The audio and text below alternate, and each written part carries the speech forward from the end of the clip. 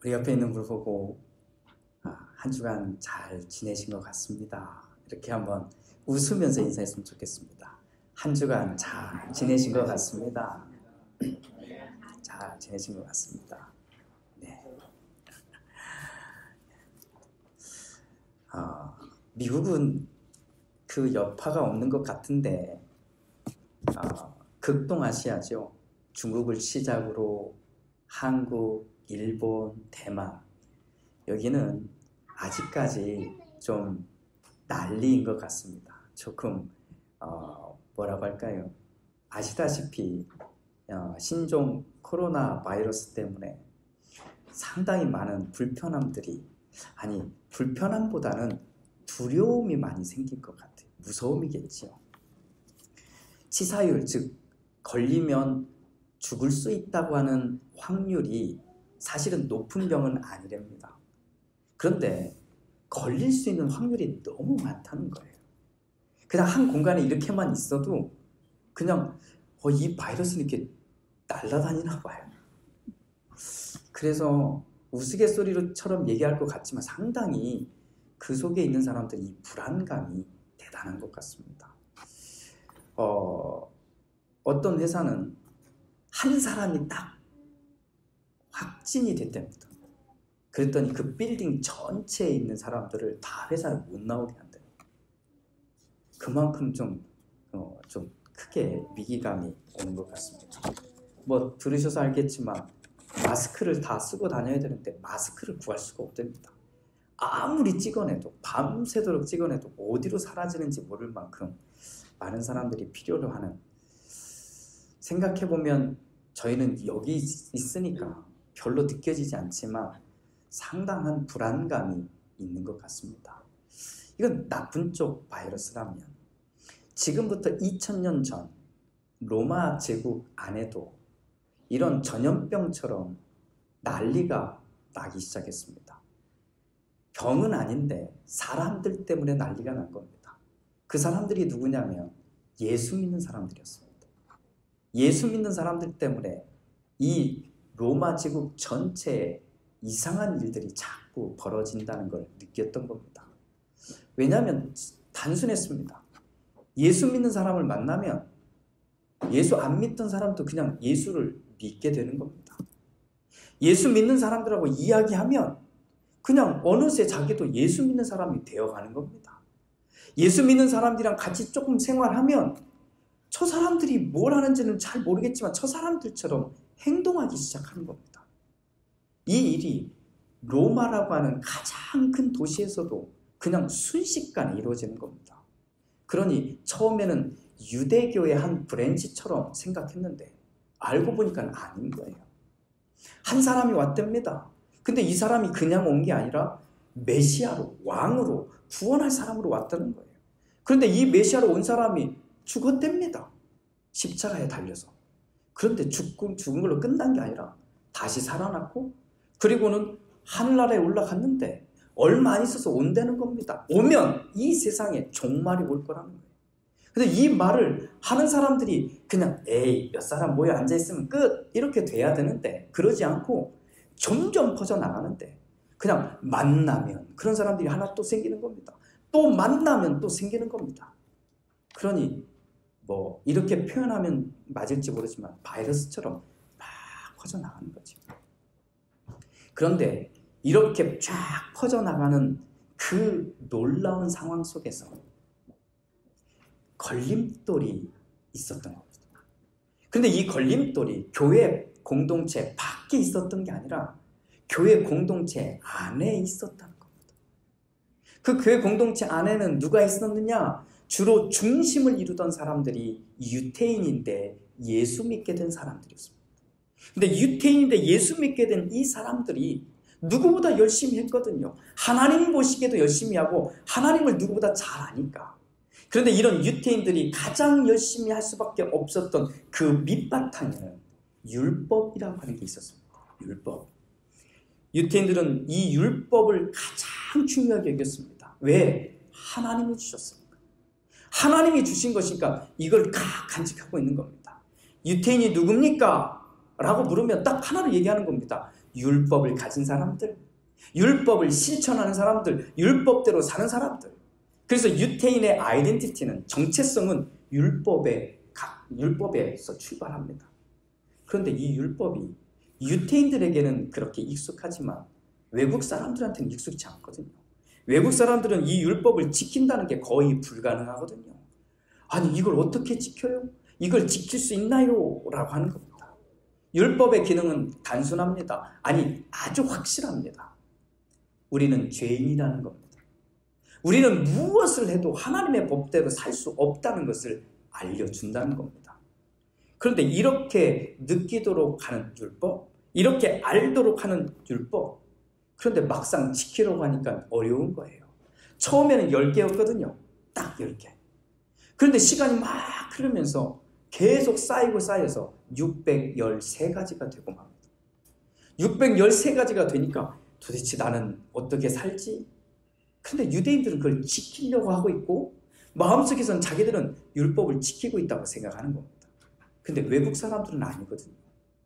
하나, 두 가지만 돼도 힘든데 613가지.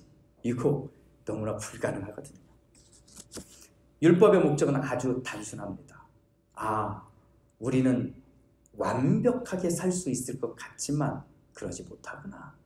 하나님의 뜻대로 살 수 있을 것 같은데 그게 안 되는구나. 이걸 인정하게 하는 겁니다. 그런데 하나님의 뜻대로 살지 못하고 죄인으로 산다는 걸 인정하면서도 문제는 이 율법을 주신 하나님이 내 편이라고 생각하는 사람들이 교회 안에 있었던 겁니다. 하나님이 내 편이라고. 무조건 내 편이라고. 이유는 간단합니다. 내가 율법을 가지고 있으니까. 우리가 율법 안에 있으니까, 율법을 가지고 살고 있으니까 무조건 하나님은 내 편이다. 이렇게 생각하는 사람들인 겁니다. 그런데 아이러니하죠. 율법을 다 지키지 못하면서도 무조건 하나님이 내 편이라고 생각하는 겁니다. 하나님은 하나님의 원리, 하나님의 생각, 하나님의 기준, 이것들을 율법에 담아 유태인들에게 주신 것이 맞습니다. 그런데 문제는 율법을 주신 하나님의 뜻은 잘 생각하지 못하고 있는 겁니다. 어느 사회학자, 한국 사회학자의 글이 깊이 공감이 돼서 소개합니다. 인간은 사회적 동물이라고 말합니다. 그래서일까요? 그냥 인간 사회는 일단 태어나면서부터 편가르기를 시작한답니다. 내 편이냐 네 편이냐. 그런데 편가르기를 시작하는데 어쩔 수 없이 태어나면서부터 갖게 되는 내 편, 네 편이 있답니다. 한국에서 태어나면 한국 편, 미국에서 태어나면 미국 편, 일본에서 태어나면 일본 편, 서울에서 태어나면 서울 편, 경상도에서 태어나면 어려우신가요? 네, 경상도 편, 전라도에서 태어나면 전라도 편, 남자로 태어나면 여자로 태어나면 여자 편. 이렇게 아예 태어나면서부터 편이 갈라지는 편가르기도 있는데 내가 선택한 편도 있답니다. 이 학교를 다니면 이 학교 편, B라고 하는 학교를 다니면 B 학교 편. 가위바위보를 해서 편이 갈라져도요, 갈라진 뒤부터는 내 편, 네 편이 갈라지는 거예요. 이게 우리가 사는 세상에서 어쩔 수 없이 주어지는 현상이라는 겁니다. 내 편하고 네 편이 갈라지면 그때부터는 어떻게 될까요? 싸우기 시작합니다. 그냥 싸움에서 끝나는 게 아니라 상대방을 비난하고 저주하고 목숨 걸고 부딪히는 게 우리들의 인간이 살아가는 삶의 모습이라는 겁니다. 제가 한국에서 테니스를 칠 때 일입니다. 저는 사실 잘 못 치는 편이거든요. 그런데 경기를 하면 정말 죽기 살기로 하는 분들이 있습니다. 목숨 걸고 하세요. 본인이 마치 국가대표인 양 해요. 그런데 다행히 이기면 괜찮은데 지면 난리가 납니다. 자기 때문에 저도 난리가 나고요. 자기하고 함께 치는 사람 때문에 저도 난리가 납니다. 이 분노를 어떻게 주체할 수가 없는 거예요. 근데 보고 있으면 마음이 좀 짠해요. 자, 그건 그렇다 치고 사랑을 말하는 기독교는 좀 괜찮을까요? 하나님을 믿는다고 모인 교회는 좀 괜찮을까요? 그런데 저는 이 질문을 해도 자유롭지 못한 것 같아요. 교회들끼리 싸워요. 진짜 싸워야 될 대상은 따로 있거든요. 그런데 교회들끼리 싸우고 목사님들끼리 싸우고 성도들끼리 함께 예배하고 함께 찬양하고 함께 기도하는 우리들끼리 부딪히고 있으면 어딘지 모르게 우리는 내 편, 네 편이 여기서도 갈려있는 것 아닐까 하는 마음들이 듭니다. 오늘 로마에 있는 예수를 믿는 사람들에게 바울 선생님이 편지를 쓰고 있는 겁니다. 그런데 이 편지를 쓰고 있는 이 사람들 속에 계속 부딪히는 원인이 되는 사람들이 있는데 이 사람들이 누구냐면 유대인인데 예수 믿게 된 사람들이에요. 이 사람들은 예수를 믿은 다음에도 이 율법을 가지고 자꾸만 자기들이 하나님이 자기 편이라고 주장하는 거예요. 하나님이 무조건 자기 편이라고 주장한다는 겁니다. 아시지요? 하나님이 무조건 내 편이라고 생각하는 사람들이 들어오게 되면 우리에게는 감사가 사라집니다. 하나님이 무조건 나를 더 사랑한다고, 누구보다 나를 더 사랑한다고 생각하면 그 순간부터 평화는 깨어지게 되는 겁니다. 어느 분의 글이 재미있어서 소개합니다. 우스갯소리로 남편은 남의 편이기 때문에 남편이라고 부른답니다. 무슨 말인지 못 알아들으셨습니까? 남편은 남의 편이라서. 남의 편을 들기에 남편이라고 할까요? 아니면 남편이라고 부르니까 남의 편이 될까요? 어렵습니까? 남의 편을 드니까 남편일까요? 남편이라고 계속 말하니까 남의 편을 들까요? 자, 아내들의 입장에서, 여성들의 입장에서 한번 묻겠습니다.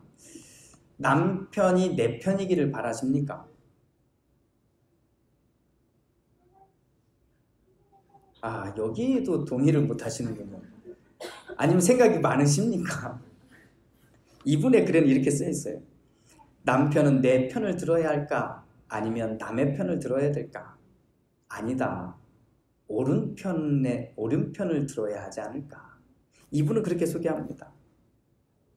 남편이 올바른 편에 서면 되는 것이고, 내가 남편과 함께 올바른 편에 서 있으면 남편이 내 편 되는 것 아니겠습니까? 이런 말을 씁니다. 참 좋은 생각인 것 같아요. 그래서 저는 그냥 오늘 솔직하게 우리가 얘기했으면 좋겠습니다.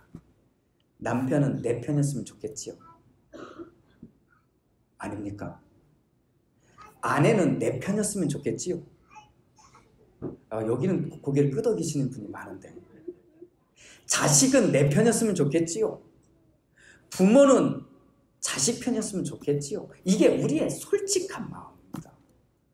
자, 이걸 나쁘다고 저는 생각하지 않습니다. 하지만 여기에 멈추지 말고 하나님을 믿는 우리는 한 가지 질문을 해보자고요. 하나님이 무조건 내 편이었으면 너무 좋겠습니다. 이건 우리 모두가 가지고 있어요. 내가 원하는 것을 들어주는 하나님, 내가 기도하는 것을 응답해 주시는 하나님, 내가 필요한 것을 주시는 하나님, 이러면 하나님이 내 편인 거잖아요. 그런데 이 마음을 하나 갈고 하나 가지고 진짜 고민해야 되는 건, 나는 그러면 하나님 편일까라고 하는 질문. 나는 그러면 하나님 편일까? 우리가 믿는 하나님, 우리는 자칫 그냥 그 하나님이 무조건 내 편이었으면 하겠다는 생각에 머무를 때가 있습니다. 그런데 아니에요. 내 편인 하나님이 아니라 내가 하나님 편에 서 있도록 해야 하지 않을까요? 내가 하나님을 믿는다고 하는 말은 그때부터 하나님 편에 서겠다는 말인 겁니다. 내가 이제부터 하나님 편에 서서 나의 삶을 살아가고, 내가 이제부터는 하나님 편에 서서 말하고 행동하겠습니다. 내가 이제부터는 하나님 편에 서서 나와 함께 살아가는 그 사람들과 더불어 살아가겠습니다 하는 이 말이 내가 하나님을 믿습니다라는 말과 같다고 하는 겁니다. 그럼에도 불구하고 우리가 오늘 성경에 등장하는 사람들처럼 오해하지 말아야 될 게 있는데, 내가 하나님의 것을 사용하고 하나님의 말을 한다고 해서 하나님 편에 선다고 생각해서는 안 됩니다. 오늘 성경에 등장하고 있는 유대인인데 예수를 믿는 사람들은 자기들이 하나님이 자기 편이라고 자꾸 이야기합니다. 왜냐하면 율법, 하나님이 주신 것을 자꾸 사용하고 있기 때문에, 누구보다 많이 사용하고 있기 때문에 자신들은 하나님이 자기들 편이라고 생각하는 겁니다. 그런데 이 생각을 좀 바꾸셔야 됩니다. 어느 쪽이 맞는 얘기인지 모르지만 제가 이렇게 결정하겠습니다. 그래도 이 꽃이 있으니까 이쪽이 하나님 편. 불만 없으시죠? 이쪽이 하나님 편, 이쪽이 하나님 반대편. 하나님 편에 선다는 얘기는 뭐냐면 내가 하나님 편에 가 있는 겁니다. 그리고 하나님 편에 가서 하나님이 보는 시각으로 보고 느끼고 행동하고 결정하는 겁니다. 만약에 이 로마에 있는 성도들이 하나님 편에 서 있다면 이런 생각을 해야 맞습니다. 외국 사람들, 아직 율법이 뭔지 모르는 사람들, 그래도 예수 믿겠다고 들어온 그 사람들을 바라보는 시각이 자기하고 똑같아지는 겁니다. 이 사람들도 하나님 편에 서면 참 좋겠다. 그럼 하나님 편에 서면 같은 거거든요. 그런데 이 반대편에 서 있는 겁니다. 그리고는 어떻게 해요? 외국 사람들은 내 뒤에 있는 거예요. 내가 하나님하고 가장 가까이 있다고 생각하는 겁니다. 나만 하나님하고 제일 친하게 지내고 있다고 생각하는 거예요. 그러니 하나님은 무조건 내 편이고, 일단 내 편인 뒤에 외국 사람들은 저 뒤에 줄 서 있는 것처럼 말합니다. 그렇게 생각하는 거예요. 오늘 바울 선생님은 그게 아니라고 얘기합니다. 나의 하나님 되십니까? 그러면 나의 하나님은 너의 하나님도 되십니다. 그래서 우리는 무엇라고 말하냐면 우리의 하나님이라고 말하게 되는 겁니다. 이 이야기를 하면서 저는 꼭 하나는 반드시 이야기해야 될 것 같아요. 아니, 이건 깊이 우리 같이 고민해 봐야 될 거라고 생각합니다. 하나님 편에 서 있으니 무조건 성공하고, 하나님 편에 서 있으니 무조건 1등하고, 하나님 편에 서 있으니까 무조건 병이 걸렸으면 나음을 받고 치료를 받고 살아나야 한다. 이렇게 말해서는 안 된다는 겁니다. 이건 정말 위험한 말이 됩니다. 정말 위험한 말이 됩니다. 반복되는 예화지만 저는 이 예화보다 훨씬 좋은 예화를 아직 발견하지 못해서 제가 이 이야기를 다시 씁니다. 제가 신학대학을 다니고 있을 때 신학교도 체육대라고 하는 걸 합니다. 체육대를 하는데 특히 우리는 학교 운동장이 크지 않아서 농구가 가장 빅 이벤트예요. 몽고메리에서 목회하고 있는 제 친구는 우리 팀에 늘 선수였어요. 늘 대표 선수. 참 잘했어요. 저는 늘 목이 터져라 응원했습니다. 그때 우리 편의 응원가는 마귀들과 싸울지라였습니다. 상대방의 응원가도 마귀들과 싸울지라였습니다. 정말 죽도록 응원합니다. 그때는 그게 옳은 줄 알고 그랬는데 시간이 지나 한참 지난 뒤에 옛날 생각을 하면 정말 얼굴이 창피해서 얼굴을 들 수가 없습니다. 우리 편은 하나님 편이고 저쪽은 마귀 편이라는 거 아닙니까? 이기면 하나님 편이고 지면 마귀 편이라는 얘기 아니에요. 이걸 생각하면 막 가슴 너무 몸둘 바를 모르겠어요. 농담 삼아 한 거잖아요. 그때는요 정말 목이 터져라고 핏줄이 터져라고 응원했거든요. 예수를 믿는다는 우리가 나도 모르게 이 철장 안에 갇힐 때가 있습니다. 철장 안에 갇힌 거예요. 사업이 망하면, 직장에서 쫓겨나면 하나님이 버린 것일까요? 관계가 깨어지고 무너지고 어긋나면 하나님이 포기한 걸까요? 평생 질병을 안고 살거나 아니면 갑자기 세상을 떠나면 하나님이 외면하신 걸까요? 아니요. 절대로 그럴 수 없습니다. 성공하는 사람, 승진하는 사람, 1등하는 사람, 몸이 회복되는 사람, 이 사람들도 반드시 물어야 됩니다. 내가 하나님 편에 서 있나? 실패한 사람, 무너진 사람, 깨어진 사람, 여전히 질병 가운데서 힘들어하는 사람, 이 사람도 물어야 합니다. 나는 하나님 편에 서 있나? 이 질문에 우리는 네, 지금도 저는 하나님 편에 서려고 애쓰고 있습니다. 애쓰고 있습니다. 이러면 된 겁니다. 이러면 된 거예요.